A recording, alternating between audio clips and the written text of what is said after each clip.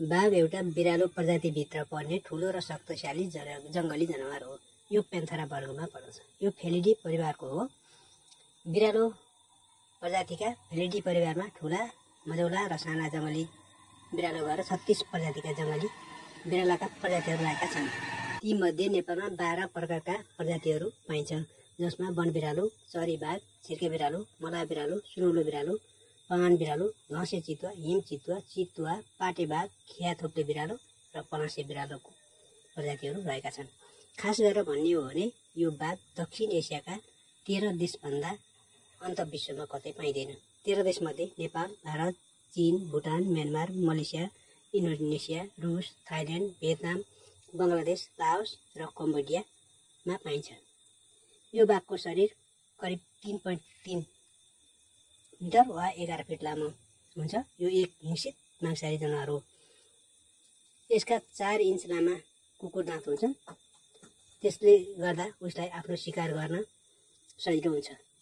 यस जनावरको तौल करिब 300 किलोग्राम वा 660 पाउन्डको हुन्छ। यो एक टाटेपाङ्ग्रे रङको हुन्छ, जसमा सेतो गाडा सुन्तले रङको हुन्छ। सुन्तले रङको बोतलले ढाक्नुको साथै काला टाटाहरू हुन्छन्, जसले गर्दा यो रङ्गीन देखिन्छ र यो सबैको नजरमा पर्दछ। बाघ धेरै चोरी सिकारी हुने गर्दछ, किनभने यसको छाला बहुमूल्यमा बिक्री हुने गर्दछ। यसको छाला र घर सजावटको लागि धनी वर्गले चोर सिकारीबाट किन्ने गर्दछन्। यो जङ्गली जनावर हो। यो जङ्गलमा बस्न रुचाउँछ। हालै विश्वमा रोयल बङ्गाल टायर धेरै रहेको पाइन्छ। यसको नाम प्यान्थेरा टाइगर्स हो। विश्वमा सबैभन्दा ठुलो बाघ भनेको साइबेरियन बाघ हो। हिन्दू समाजले बाघलाई देवी दुर्गाको रूपमा पूजा गर्दछन्। भगवान शिवले बाघको छाला बेरेर ध्यान गरेका थिए। बाघको उत्पत्ति चीनबाट भएको विश्वास गरिन्छ।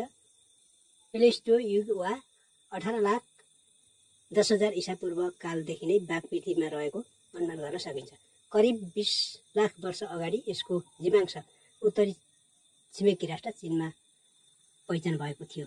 लगभग 100 वर्ष अगाडि बाघको संख्या करिब 1 लाखको संख्यामा रहेको अनुमान गर्न सकिन्छ। हेमसागर बरालको पुस्तकमा भएअनुसार 2,50 लाख वर्ष अगाडि बिरालो प्रजातिहरू अस्तित्वमा आएका थिए। संसारमा 9 प्रजातिका बाघहरू थिए। हालसम्म 5 प्रजातिका बाघहरू रहेका छन्। पहिलो नम्बरमा छ साइबेरियाली बाघ। त्यस बाघलाई आमुर बाघ पनि भनिन्छ, जुन बाघ रुसको साइबेरिया र त्यससँग रहेको चीनको एक क्षेत्रमा पाइन्छ। दोस्रो बाघमा इन्डो चाइनिज बाघ रहेको छ। यो बाघ चीन, थाइल्यान्ड, कम्बोडिया, लाओस, म्यानमार र भियतनाममा पाइन्छ। तेस्रो नम्बरमा छ पाटे बाघ रहेको छ। यो बाघ नेपाल, भारत, बङ्गलादेश र भुटानमा पाइन्छ।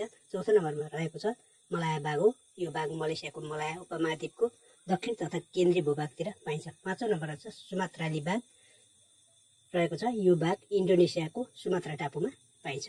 विश्वमा भएका बाघहरूमध्ये हामीसम्म केही बाघहरू लोप भइसकेका छन्, जस्तै बाली बाघ सन् 1990मा लोप भइसकेको छ, जुन इन्डोनेसियाको बाली टापुमा भेटिन्थ्यो। त्यस्तै जाभा बाघ पनि लोप भइसकेको छ। यो बाघ इन्डोनेसियाको जाभा टापुमा पाइन्थ्यो। यो बाघ सन् 1972 देखि देखिएको छैन। त्यस्तै अर्को लोप भएको बाघ हो पर्सियन बाघ। यस बाघलाई क्यास्पियन बाघ पनि भनिन्छ। यो बाघ पनि 20औं शताब्दीको अन्त्यतिरदेखि विश्वबाट लोप भइसकेको छ। अर्को बाघ छ साउथ चाइना पनि लोप भइसकेको छ, जुन बाघ 50 वर्ष यता देखिएको छैन। नेपालमा पाइने पाटे बाघको संख्या पहिले वा राणाकालीन समयमा निकै नै थियो। त्यस्तै सन् 2009 सम्ममा 121 जति पाटे बाघ थिए। सन् 2022 को गणना अनुसार नेपालमा भएका पाटे बाघको संख्या 355 जति थियो। त्यसमध्ये सबैभन्दा चितवन राष्ट्रिय निकुञ्जमा 128, बर्दिया राष्ट्रिय निकुञ्जमा र त्यसको आसपासको क्षेत्रमा 125, पर्सा र त्यसको आसपासको क्षेत्रमा 41, शुक्लाफाटामा 36 र बाँकेमा 25 वटा पाटे बाघ रहेको तथ्य देखिन्छ। बाघको गणना गर्न सजिलो हुनेछ, किनकि बाघको रेखा प्रत्येकमा फरक हुने गर्दछ। बाघको स्वभाव अरू जनावरभन्दा बेग्लै हुन्छ। बाघले आफ्नो सुनिश्चित क्षेत्र बनाउँछ र एक्लै बस्छ। बाघ सँगै वा समूहमा बस्ने भनेको उसको आमाको काख हो। जब वयस्क हुन्छ र आमाको काखबाट छुटिन्छ, त्यसपछि ऊ एक्लै बस्ने गर्छ। त्यसबेला उसलाई आफ्नै निश्चित क्षेत्र चाहिन्छ। वयस्क बाघसँगै बस्ने मौका भनेको उसले गर्भधारण गर्ने बेलामा हो। त्यसबेला बढीमा 4 दिनसम्म मात्र भाले र पोथी बाघहरू सँगै बस्छन्। अन्य समयमा भने बाघहरू बेग्लै बस्छन्। उनीहरू निश्चित क्षेत्रमा पाटे बाघले 85 देखि 100 वर्ग किलोमिटरको क्षेत्र ओगटेको हुन्छ। उसले आफ्नो क्षेत्रलाई दैनिक वा दिनरात निगरानीमा राख्दछ। त्यस्तै पोथी बाघले 10 देखि 35 वर्ग किलोमिटरको निश्चित क्षेत्र आफ्नो नियन्त्रणमा राख्छ।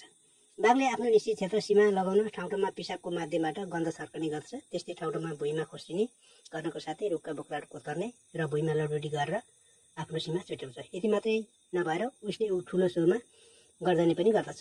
यस्तै बाघले आफ्नो सीमा क्षेत्र कोर्दा अन्य बाघको सीमा क्षेत्र समेत पर्न सक्छ। यदि अर्काको सीमा क्षेत्रमा बाघले सीमा कोर्दा पहिलेको बाघले आफ्नो सीमा क्षेत्र गस्ती गरेको बेला पहिले नै सीमा क्षेत्र कोर्ने बाघसँग जम्काभेट भएमा दुई बीच आफ्नो सीमा क्षेत्रको लागि लडाइँ हुन्छ। आफ्नो क्षेत्रको सीमाना छुट्याउने लडाइँमा दुवै मध्ये कुनै एक घाइते हुन सक्ने वा ज्यान जान पनि सक्छ। जङ्गलमा बस्ने पाटे बाघको औसत आयु भनेको 16 वर्ष हुन्छ। एक पोथी बाघले आफ्ना बच्चालाई 2 देखि 2.5 वर्षसम्म आफ्नो साथमा राख्ने गरेको पाइन्छ। त्यसपछि भाले जातको बच्चो बाघ आफ्नो सीमा क्षेत्र निर्धारित गर्न जान्छ। बाघको बच्चा 2.5 वर्ष नहुन्जेल आमाको साथमा बस्छ। 2.5 वर्षभित्र बच्चा बाघलाई शिकार गर्न सिकाउँछ।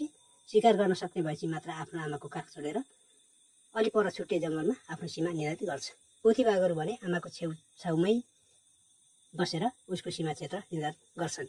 यसरी एक्लै कल्लो उमेरमा आफ्नो क्षेत्र निर्धारण गर्न जाँदा पहिले नै सीमा निर्धारण गरेर आफ्नो सीमा क्षेत्र गस्ती गरिरहेको बाघसँग जम्काभेट भएमा आमाका काखबाट भर्खर छुटेको कल्लो बाघ ठुलो वयस्क बाघसँग लडाइँ गर्दा ऊ घाइते हुन वा उसको ज्यान जान पनि सक्छ। पोथी बाघले उसको उमेर 3 वर्ष भएदेखि बच्चा जन्माउन थाल्छ। पोथी बाघले एक बेतमा 2 देखि 5 वटा बच्चा जन्माउँछ, तर मुस्किलले 3 वटासम्म हुर्काउन सक्छ, किनकि बगिनी शिकार गर्न गएको बेला कुनै हिंसक जनावरले उसको बच्चा खाइदिन्छ। त्यसैले सकेसम्म बगिनले उसको बच्चा गुफा वा कुनै झाडीमा लुकाएर राखेको हुन्छ। बाघलाई एम्बुस हन्टर भन्दा पनि हुन्छ। बाघ सधैँ शिकारको लागि बाटो ढुकेर बस्छ। बाटोमा लुकेर एक्कासी आफ्नो बलले भ्याएसम्म जनावरसँग लडाइँ गर्छ र शिकार गर्छ। बाघ सधैँ नै आफ्नो निश्चित क्षेत्रभित्रको जनावरलाई लखेट्न शिकार गर्दैन, किनकि आफ्नो क्षेत्रभन्दा बाहिर जनावर नजाओस् भन्नको लागि केही बेर लखट्छ र छोडिदिन्छ। बाघ अलि अल्छी प्रवृत्तिको हुन्छ, कारण उसले आफ्नो क्षेत्रको जनावर अर्को बाघको क्षेत्रमा नजाओस् भनेर बाटोमा बसेर शिकारको लागि जनावर मार्छ। भाले बाघले आफ्नो निश्चित क्षेत्रभित्रै अर्कै पोथी बाघको सन्तान भेट्यो भने तिनले मारिदिन्छ र आफ्नो वंशको विस्तार गर्छ।